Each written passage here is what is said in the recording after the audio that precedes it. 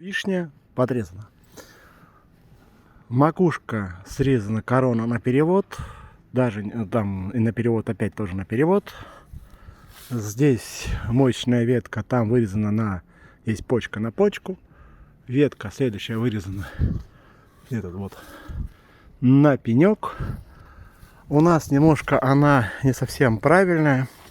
Данное у нас растение. Почему? Сейчас покажу. Дело в том, что у нас в основном ветки располагаются однобоко, на одну сторону. И я им позволяю. Ну и потом немножко чуть потом поджимаю. В эту сторону сильно не могу позволять разрастаться. Частично допуск есть, и они туда же опять подрезаются. Дело в том, что у нас, опять же, повторюсь, теплица, проход, освещение и так далее. Здесь ранее ветки были, но вырезана ветка, поэтому у нас сейчас все ветки оказались на той стороне.